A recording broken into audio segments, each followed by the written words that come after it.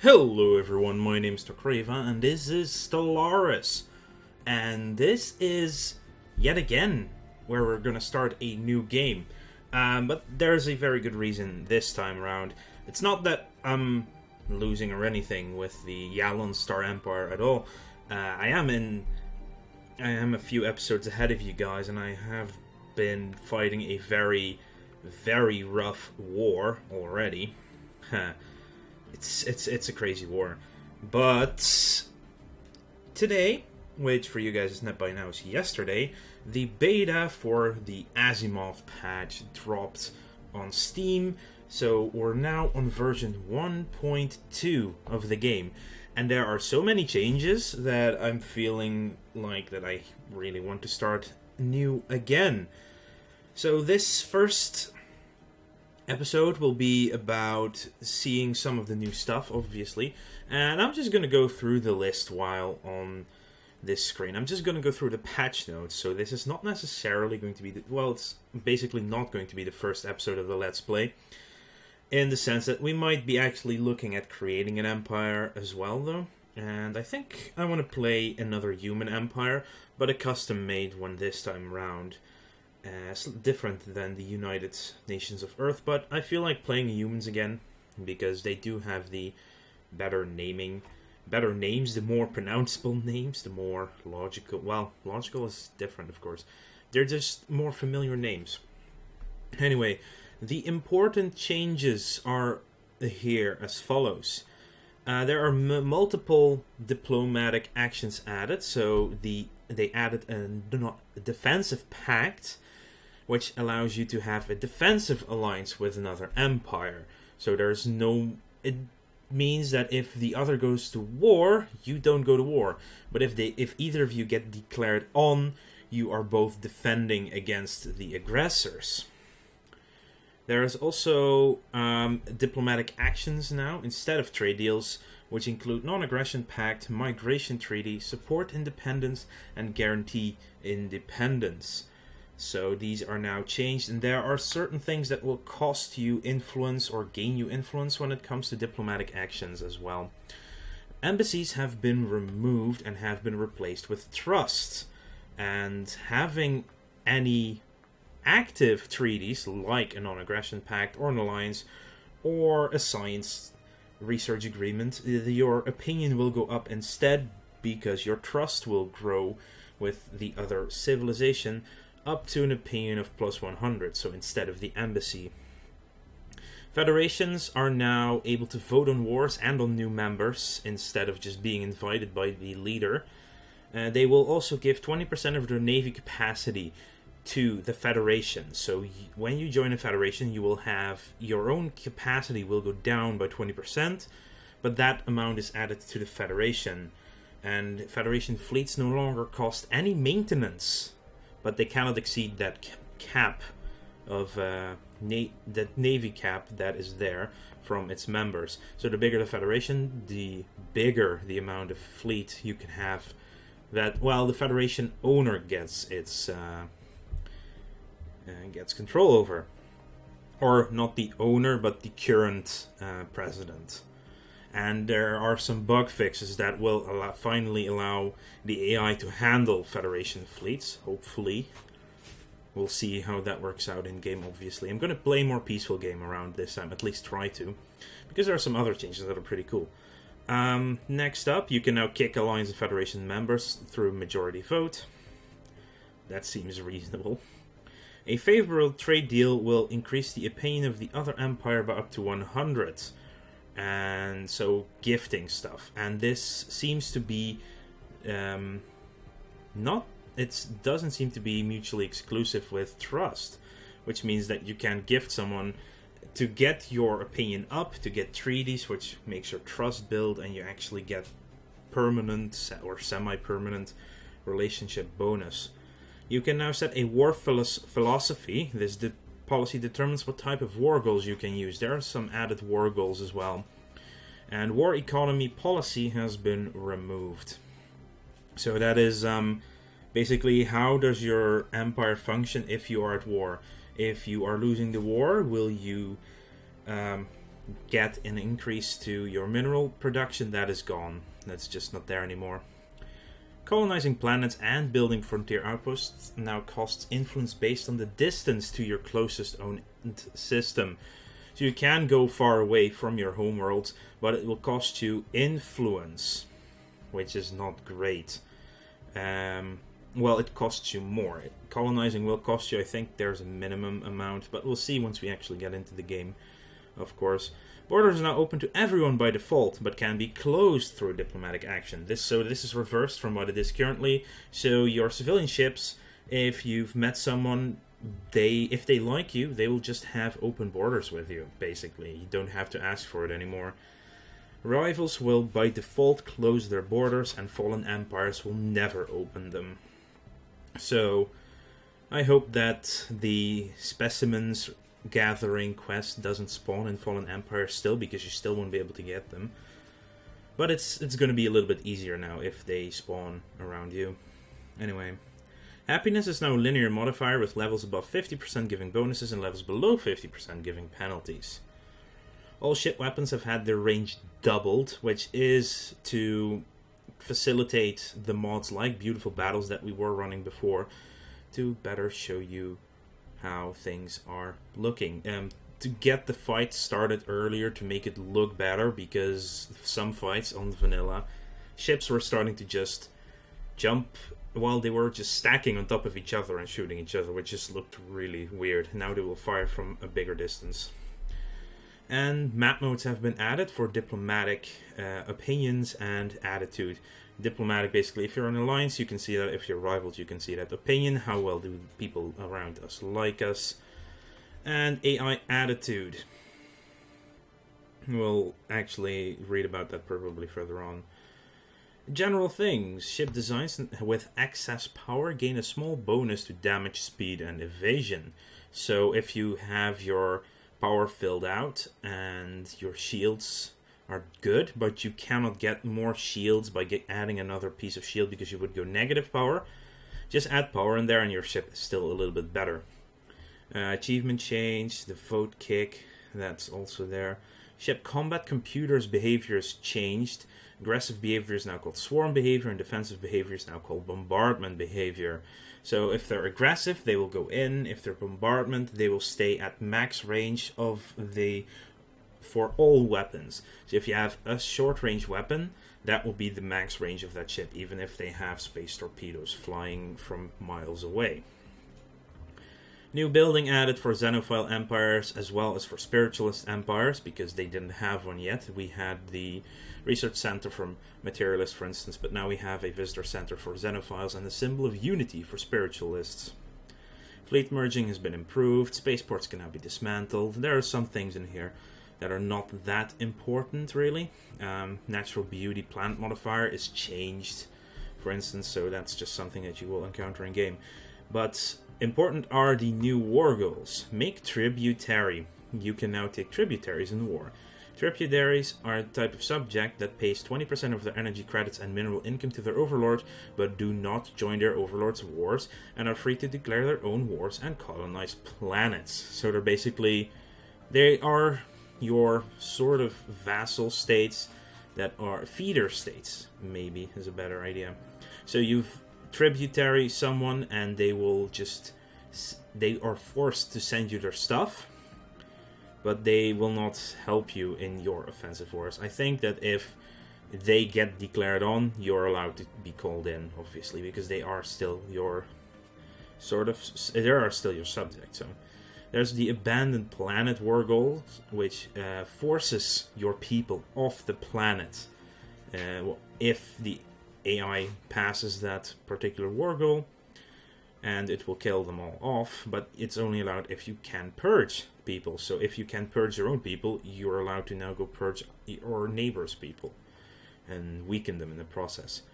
You can humiliate enemy empires now with the humiliate war goal, making them suffer a negative modifier for a time and giving you a chunk of influence. Good if you are militarist and your influence gain is a little bit rougher when it comes to certain aspects. Of course, you have rivalries which allow you more influence in general anyway, but there are things that are balancing out one another, which is pretty nice, and we'll see that very soon anyway. It's further down the list, there are some things. Open borders forces the other empire to open their borders to you for 10 years, and stop atrocity, which forces them to ban slavery and purging. So, stop atrocity then will make the enemy not be able to do ban planet anymore. Pretty cool. Nomads have been completely reworked and expanded for the mid-game. This non-player faction travels from one end of the galaxy to the other, encountering empires and triggering events. They had a dev diary as well, and basically it mentioned that they would basically, there's a chance they would sell you a ship or other things.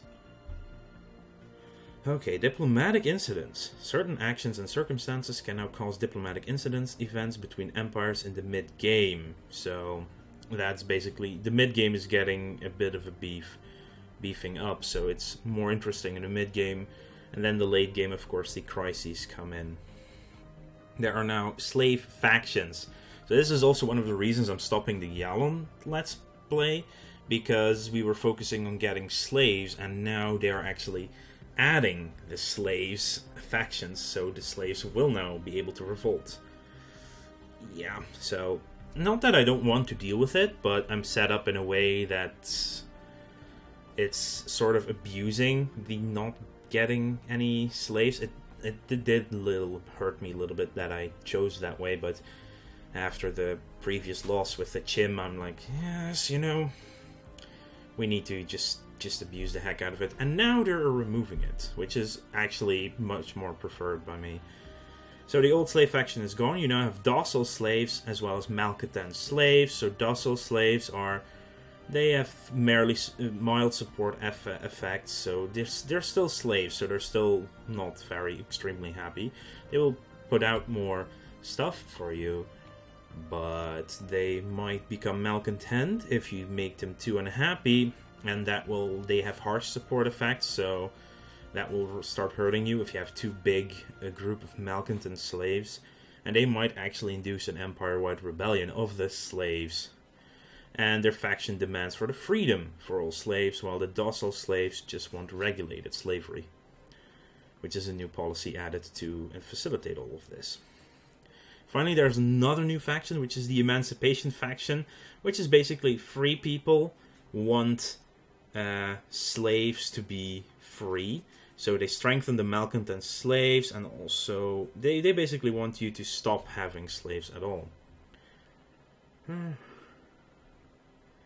Yeah, that's all good. So, balance changes. This is probably a very important one. So, happiness was reduced from 60% to 50% base. That's a big one. So, happiness will be a little bit harder to get to joyous. But, on the other hand, any happiness above 50% will give you a bonus. So, you still want to get happiness. It's still going to be good. Next up, the habitability of planet class is 2 steps removed from your species' primary type, increased from 20% to 40%, which means that it's going to be easier to colonize more planets and get people actually happy. So this is also has to do with the change they did to core systems. So they changed the cap on core planets to be core systems. So if there are 4 planets in one system, they will only count as 1 to your cap instead of 4, which was previously the case, which is a pretty significant change. There's a chance post-combat admiral events chance is lowered. Some balance changes here, some bug changes. One sad one is the Grand Design modifier from Void Unclouded event is no longer permanent. So the 5% happiness that you got permanently if you were spiritualist and you found Void Clouds has now turned into 10% happiness for 20 years instead. So there are some bigger penalties from having a mineral and an energy credits deficit. So if it's gone basically from 33% to 50% penalty on everything. And on top of that, it will also affect your research speed for the mineral ones and robot output for the energy ones. So it's going to be hard. Combat Sighted has actually been nerfed and buffed. So for collectivist, if you just had a Comet Sighted, people would be afraid and you would lose happiness for 2 years, I think. It's either half a year or 2 years. Maybe even 1 year. I don't remember. I've had it once in the over 120 hours I've played Stellaris now. Yes, I know. But it's gone from plus 15 or minus 15% from Comet Sighted to plus and minus 10% instead. And migration treaties no longer affect pop happiness, which is actually nice, because some xenophobe pops would really hate that policies. Those treaties, on top of the fact that you had the policy available for people to migrate freely between worlds. Ethics have had a huge boost, and I'm actually going to show you that. Whoa, after almost 16 minutes we changed something on the screen. So we're going to create a new empire for this, and look at the ethics. So what has been changed? So Fanatic Individualists, credits output has been reduced from 20 to 15%. Individualist, energy credits has been reduced from 10 to 5% bonus. But slavery tolerance has been reduced from 50% to 33%. So the difference between Fanatic and regular is exactly triple. So you get triple the amount of credits for being a Fanatic Individualist, and you get triple the slavery tolerance, which is no slavery tolerance at all. Fanatic Collectivist, we have the food consumption has been increased by 5%, and the slavery tolerance for Collectivist has been reduced to 33%, to make once again these to triple the effect of each other. So Fanatic is triple as effective as regular Collectivist. Fanatic Xenophobes, which are over here. Xenophobia has been reduced from 10 to 15%, so people will like it a little bit more, that there are other aliens. Will hate it less, is probably the correct term. And also rivalry influence gain has increased to 75%. It was 50%. And for xenophobes, it's been xenophobia reduced to 5%, and slavery tolerance for aliens reduced also from 50 to 33%, basically to make Fanatic triple of regular xenophobe as well. So you see the theme now with the triple and everyone. Now we actually get to some new things with balance here. So Fanatic Xenophiles, xenophobia reduced from 20 to 15%, so the same amount of buff that xenophobe gets, xenophile gets nerfed. Alliance influence cost effect was removed, and max embassies was removed because embassies are gone. But now diplomatic influence cost reduced by 75%, and rivalry influence gain is now reduced by 75%. So you will have problems.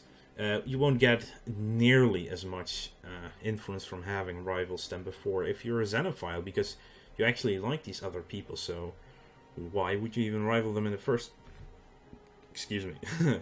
place? And for xenophile, basically the same things but only a third of the strength. Fanatic Militarist had army damage removed, but has been added with weapons damage by 10%. So your ships are just stronger if you're a militarist, which actually makes a lot more sense in armies, because most of the fighting is done with ships anyway. What also has been added is maximum rivalries plus 3, so you get 6 maximum rivalries if you're a Fanatic Militarist, which is insanely good. It's a lot of influence, basically. But more people will hate you in the universe, so it's a trade-off. And finally, trust growth has been reduced by 60% if you're a Fanatic Militarist. Which, basically, the trust is how much people will like you more if you have treaties with them. That will go a lot slower now if you're a Militarist. And again, regular Militarist has a third of the strength, basically 3% damage. It's possibly that it just rounds down for here, but that in-game it's 3.333, repeating, of course. But war happiness for both is actually plus 10%, which is also a good thing. Now, Fanatic Pacifist has had a bit of a bigger change. So growth requirement has been removed, army damage reduction has been removed, the war happiness has gone down to 15% instead, but they've added peace happiness plus 15%. So if you're at peace, you're happy, a lot more happy. You cannot even have any rivals now as fanatic pacifist either. So your maximum rivalries goes down by 3. The base cap is 3, so you cannot have rivals. If you're pacifist, you're like, I don't care. You guys do whatever the hell you want. You are not my friend. I'm just going to stay out of this all the time. It's a thing. But on the other hand, trust growth increases a lot faster if you're pacifist, because they can more easily trust you. Doesn't mean you cannot go to war if you're a pacifist. You will actually lose a lot of happiness if you do, though. But it's not that big of a deal for the others to say, hey, these guys don't care about war.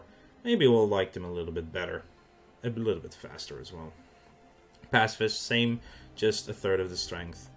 Next up, we have Fanatic Spiritualist. I'm saddened, but happiness has been removed.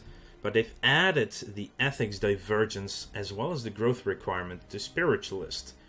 So they really went to get happiness a little bit harder to come by around the game. So, and again, regular Spiritualist is a third of the strength.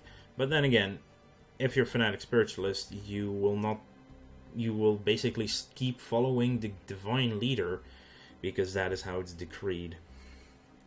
Fanatic Materialist has actually been buffed to 15% output. What? Being Materialist Empire is now going to be so much science. Yeah, that's all the changes to the ethics, which are quite a few for balance reasons. Next up, we have some modifiers have been changed, like Natural Beauty now is only plus 5% happiness instead of 15%. There's some youthful modifiers that I actually haven't encountered yet, so... components. Strike craft now engage from a lot faster, which are basically the fighters that you have. They are rebuilt a lot faster, so they are better. All laser weapons have had their armor penetration reduced from 50% to 33%. And plasma weapons have had their armor penetration reduced from 100% to 75%. So that makes armor stronger. And most projectile weapons now deal 15% bonus damage to shields. So the actual starting weapons, that mass drivers, energy weapons, and missile weapons, projectile weapons that are said they chew through shields with ease, they will really chew through shields with ease now. But energy weapons are a little bit weaker at the moment versus armor. So armor gets buffed, shields get nerfed. Can be done. And then we have a lot of weapon changes, basically to balance it out. Lasers have become more accurate, and some damage has been shuffled around. Large red lasers do more damage, while small blue lasers do less damage. But that is probably to offset the accuracy changes as well. Lasers are a lot more accurate than they were before. There's for every level of laser, these changes have happened. There's actually a typo here. For the large gamma laser, it says damage increased from 76 to 71. That is a decrease. I think it's gone up to 81. Probably. That's my guess. Anyway, particle lance and tachyon lance. Same armor penetration reduction is removed. So it's gone down to 75% on that.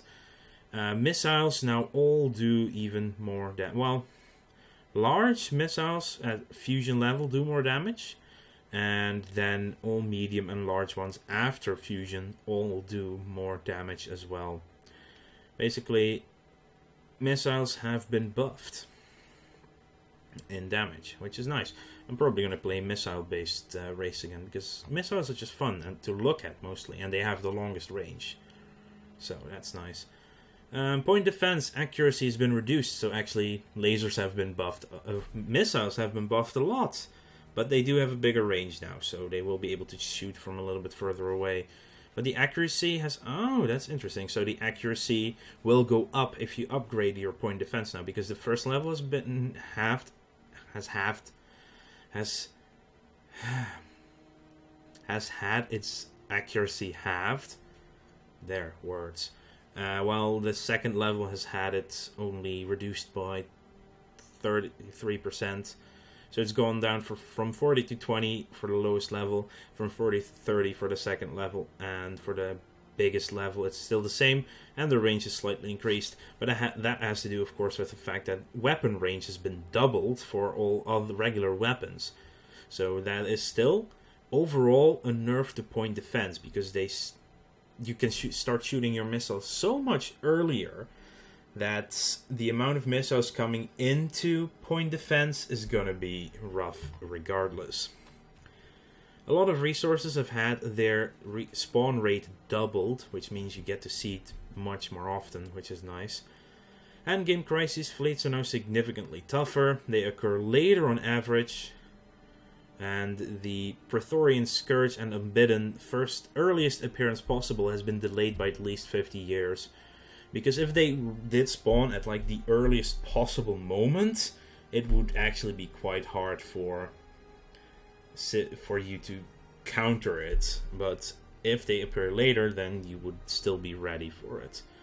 But now the earliest moment they appear has been extensively put further ahead, but they are also a lot tougher. So it's probably to counter the fact that they could spawn in a Fallen Empire, and the Fallen Empire just instantly wrecks the crisis.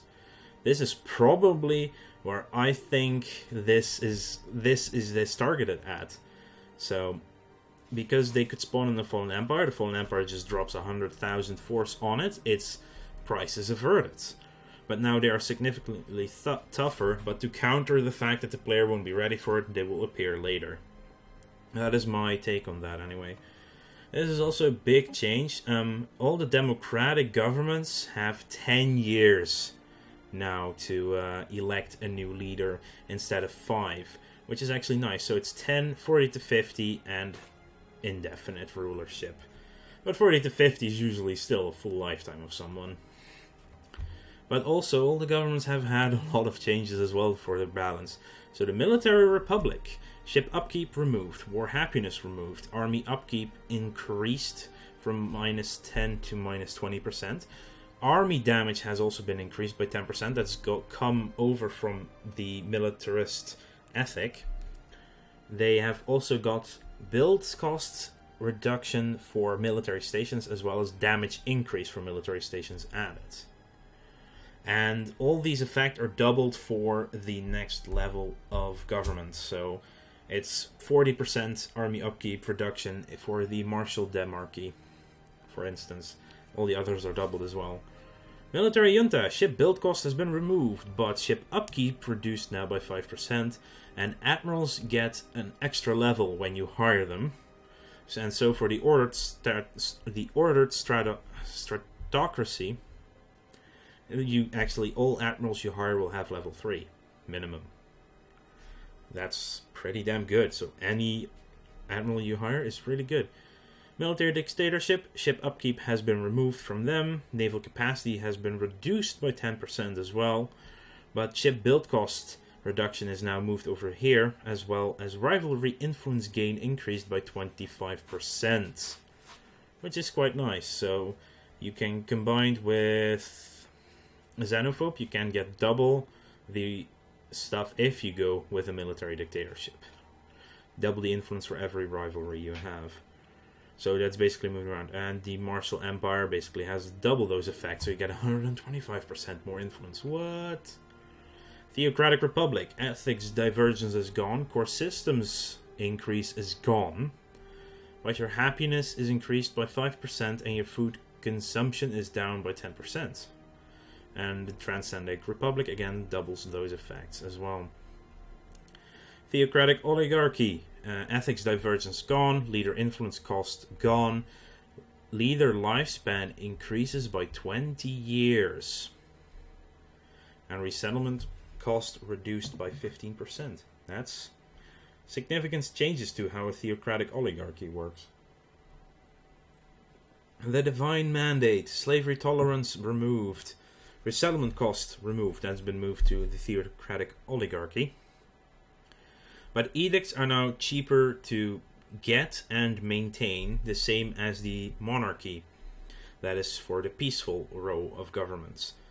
And ethics divergence, it's still here, no? Oh no, that's added here as well instead of the other two, which makes more sense. Again, as I said with the fanatic spiritualists, the divine ruler guides us, so his way is the best, and the divine mandate only enforces that amount of stuff as well.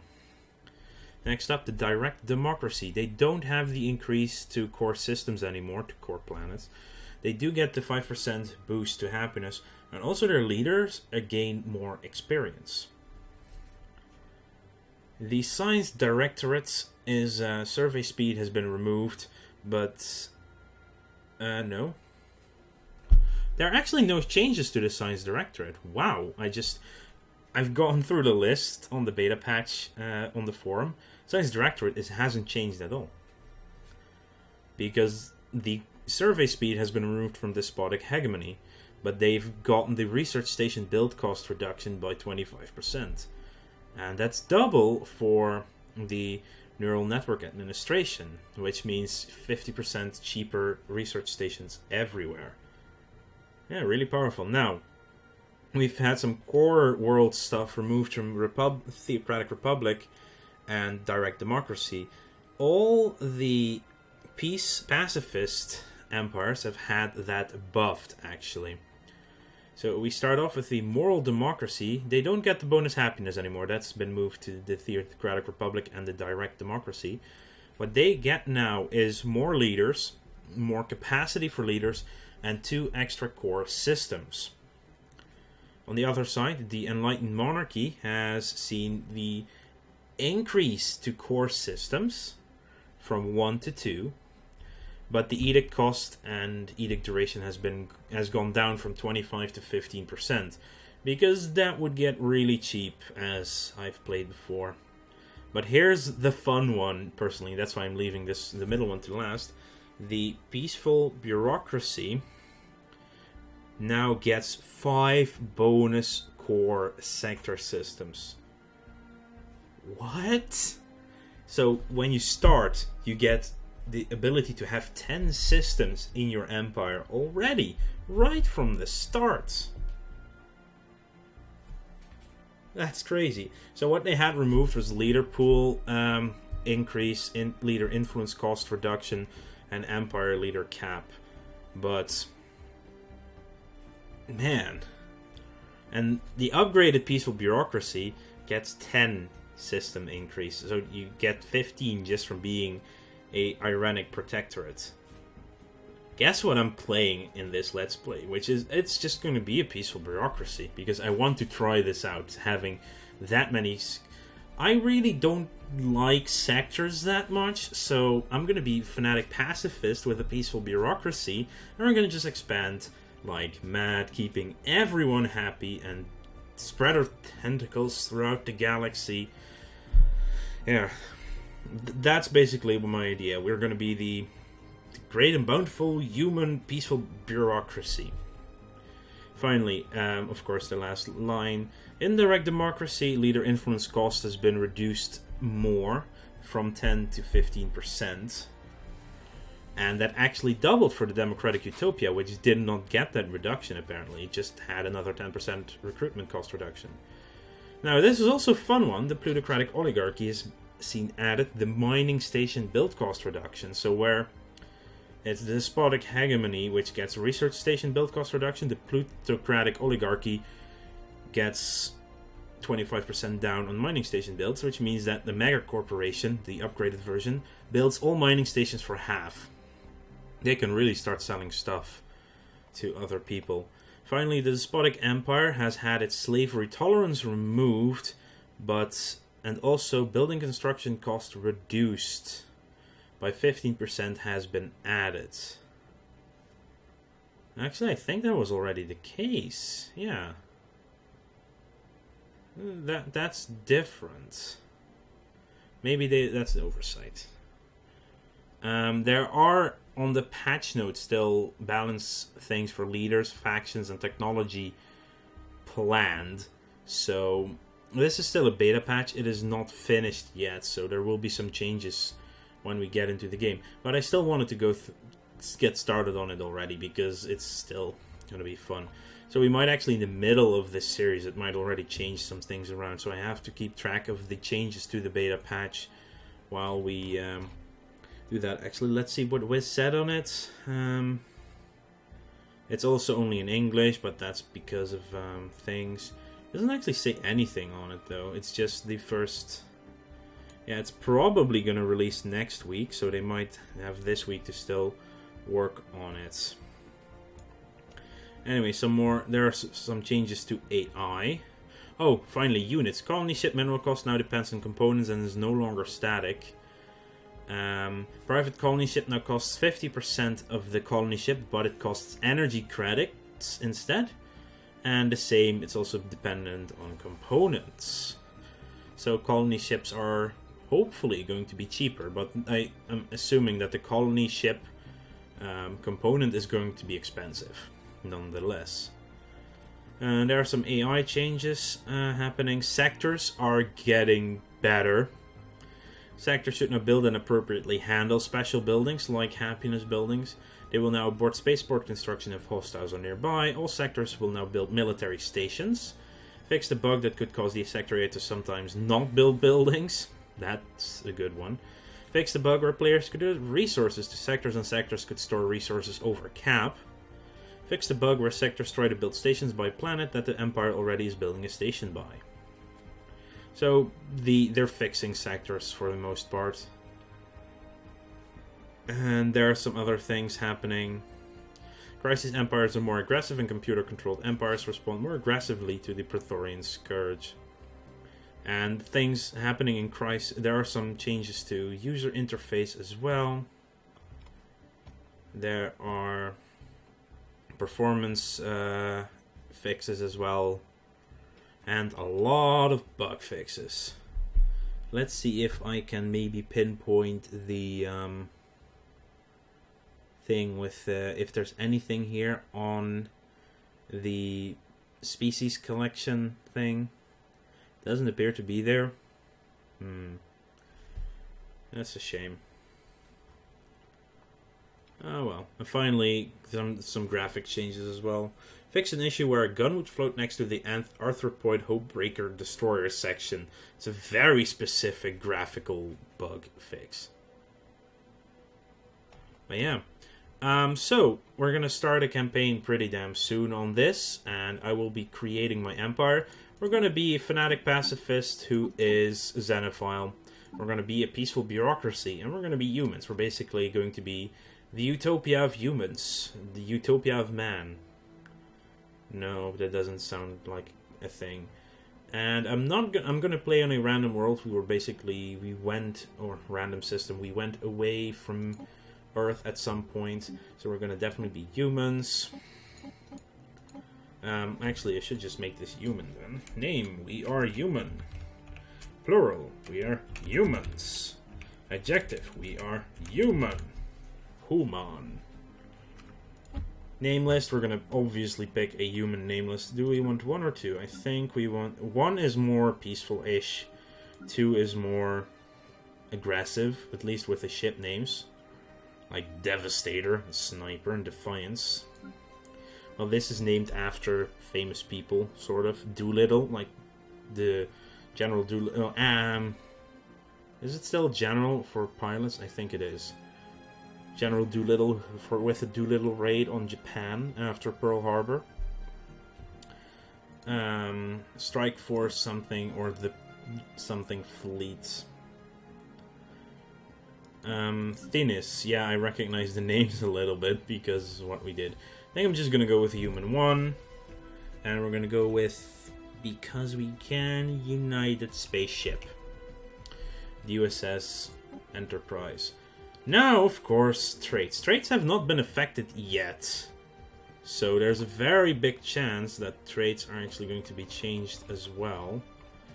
Actually, it doesn't mention anything on traits in here. It's an interesting... Huh, they're not...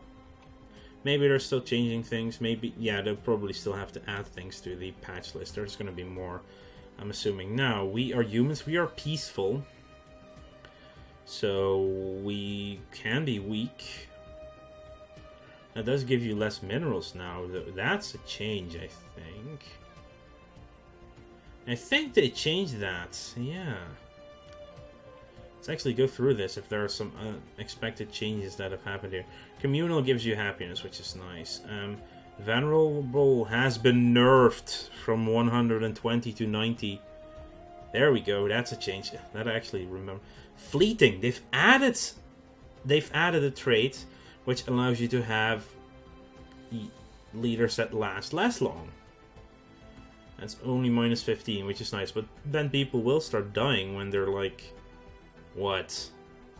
Is it? I think it's 72 baseline, so that's 57. That's really young. Deviance, ethics divergence. Oh. These people are rebellious in nature and constantly try to challenge the status quo. This is also a new one. I think we should be charismatic, though. Because we're humans and we're peaceful. Everyone will love us. Slow learners, no. Talented, no. Slow breeders, nah. Being adaptive would be nice, especially when you consider that they've changed. When you go to it, let's actually look at name and class right now. We're going to be in random system. We're going to be continental just because that fits humans the best. So you see, so for us, Arctic and Desert World will now be 40% habitability baseline instead of 20% in this case, which is good, actually. Let's go back to traits for a second. The natural stuff, that's all the same. The others appear to be the same. We could be thrifty because we're still humans. Or just straight up intelligent and then get us... So yeah, they actually, that's what they did. They added the minerals deficit for weak because many people took it because of that reason. Because it just made it very easy to give you -1 and only armor damage would be reduced. Also, very strong has been changed from 4 to 3. Which is also quite nice, actually. Which gets a lot more combinations available. Because now, with -2, you can actually get there. So you can have 1 and 3. That's good. I think humans, though, are definitely rapid breeders. Actually, they are nomadic and quick learners in the base game. Maybe we should just take those instead of charismatic. We could be fleeting. No. Fleeting would really fit a race of bugs, to be honest. Yeah, they don't live long. Decadent, not really a thing. Maybe they should have a positive one against Decadent as well. But we're not gonna have slaves because we're peaceful people. Yeah, so weak is no longer the go-to in this list. Because of the minerals edition. That's interesting. Solitary, just less happy, not really a good idea. Ethics divergence, it would be a really interesting gamble, though, to go with ethics. Yeah. So our people are going to be going all over the place with their ethics. Which will be also, it will just give us something interesting to do, to be honest. And you know what, let's just be quite intelligent about everything, though. So we're going to have very good research in our world of peace. So we are are we the right one? Yes, we are the peaceful bureaucracy. Even though I really love the Enlightened Monarchy and the park building, I think that having the core sectors is going to be very fun to play with. So Melanie Hudson, Coordinator Melanie Hudson of our peaceful democracy.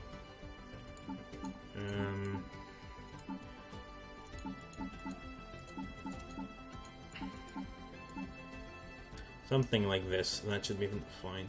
And there's no heir title because there's only one ruler. They don't really have an heir. Heirs are only for the despotic ones on the right. Anyway, homeworld name. Ivan Lazun. Rufa.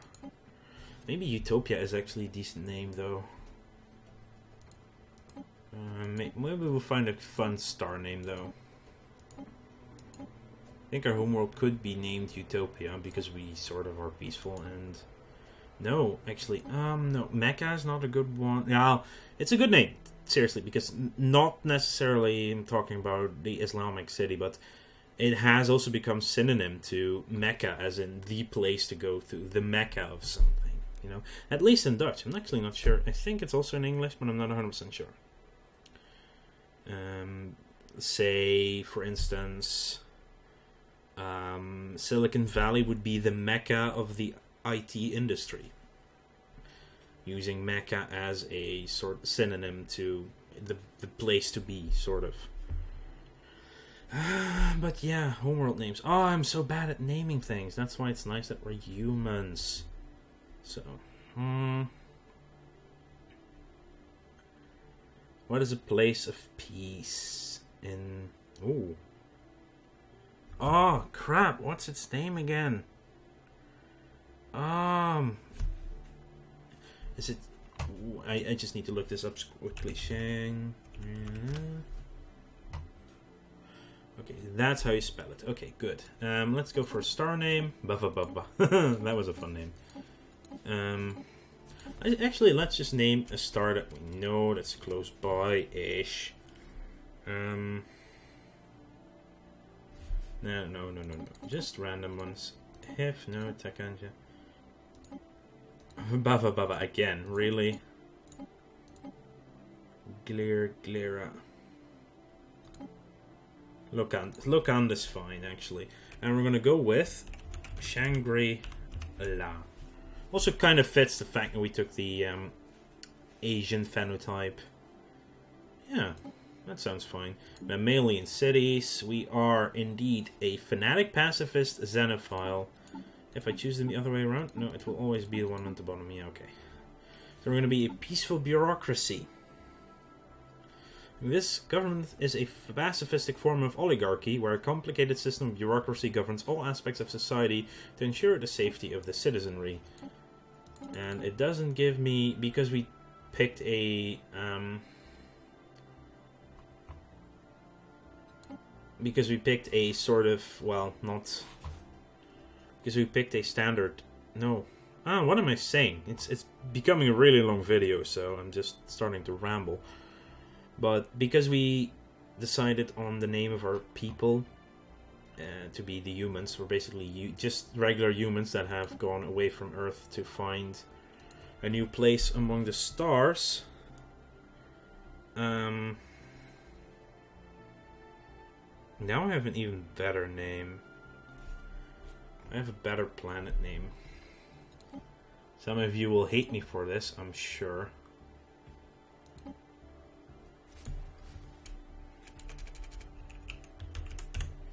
We're gonna be on Serenity.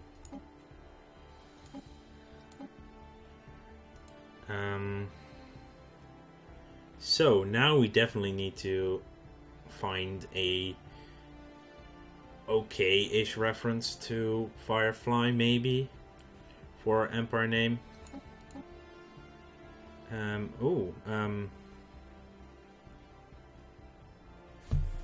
The Serene Human Systems. Or adjective is adjective. Sometimes the... Wow, now I don't even...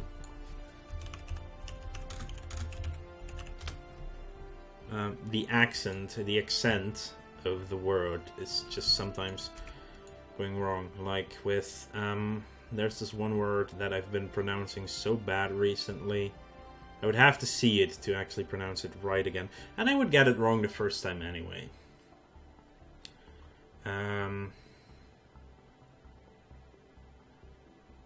Serene Human Systems. I don't like systems. I think just the Serene Human Republic. That's a fine name. So we're gonna go probably with human.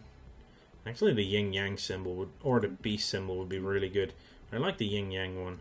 I'm just gonna be a blue empire with maybe a gray. No, that's just bad. Blue and orange is always really good. And no. Yeah, I had to turn off all the mods because this is a beta, obviously.